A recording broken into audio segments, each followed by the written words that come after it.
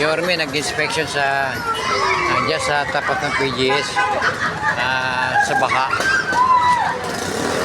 Ayan na, si Yorme kumakaway. Ayan, sa bakay na. Maraming media rito. Ayan, no, media, TV Patrol. DCRH na daanan namin kanina. Ito, maraming kumaway sa kanya kanina dito. Ayan, no, DCRH News, TV Patrol. Hindi na ako naman video na. Video. Ayan, kumakaway yung mga tagahanga ni Mayor. Ayan. Tuwan-tuwa, oh. Nakita nila si Yorme. Kumaway kanina si Yorme. Ayan. Yorme. Ayan, nana. Ayan, sumunod yung mga umiilaw-ilaw, mga pulis. Ito media, susunod na rin. So, kayo po yung nanonood sa opinion sa Danilo Dizon TV. Maraming salamat po sa inyong panonood. Ito po ay isang pag-uulat.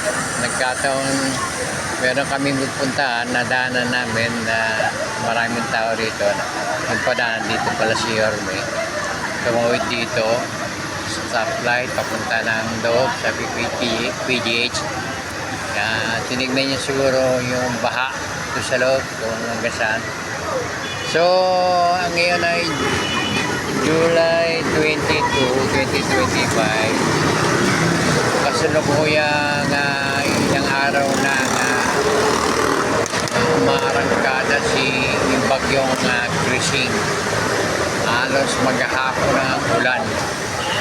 Kaya nagdudulog ng baha dito sa kahabaan ng Top Avenue mula dito wala nga sila dito sa Team Kalaw.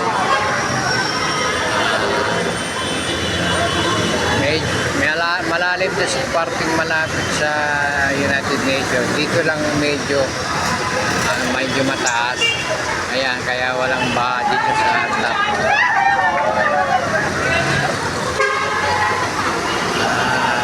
Support lang po itong channel ko,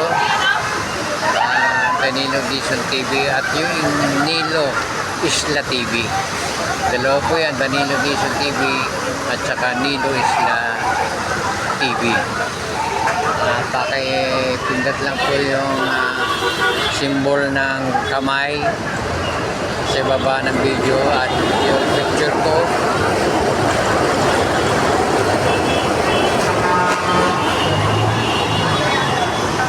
Pakiclick na rin po yung photo sa baba. Lalabas yung profile at saka yung the word subscribe. Pakipindot po yung subscribe.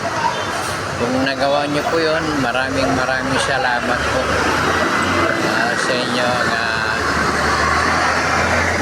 support. Muli po, maligayang panonood. Ito po si Danilo Dizon nag-uulat.